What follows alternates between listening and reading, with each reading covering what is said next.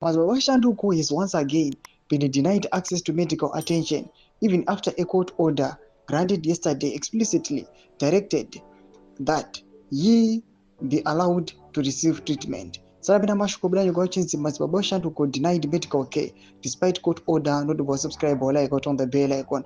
Tibina Mchenji Radio, I know expose or Tara Chukwadwa Chiti.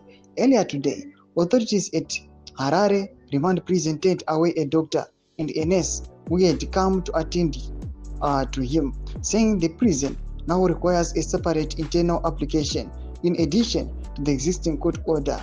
Speaking to Change Radio, one activist who attended the court hearing described the situation as a cruel trick, saying, "They don't want any documented medical evidence linking the state of his torture.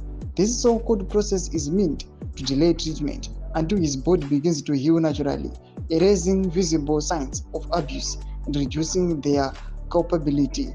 According to court proceedings on Wednesday, the magistrate cleared the gallery to allow officials to privately inspect the injuries Madzibaba sustained during his abduction and torture.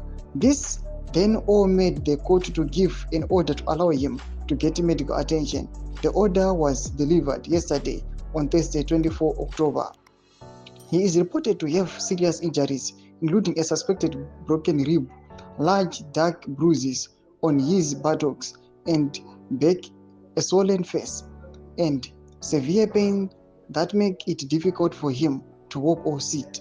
Since his abduction and torture on Monday night, Madzibaba VeShanduko has never been given a chance to get any medical attention. Ndo mashoko aripo muri Zimbabwe pamusoro aiwa pede justice iri kupushwa for Madzibaba VeShanduko. Tudze mafunguro enyu muri kudii pamusoro pechitiko ichi. Pinda comment section medu za mafunguro enyu.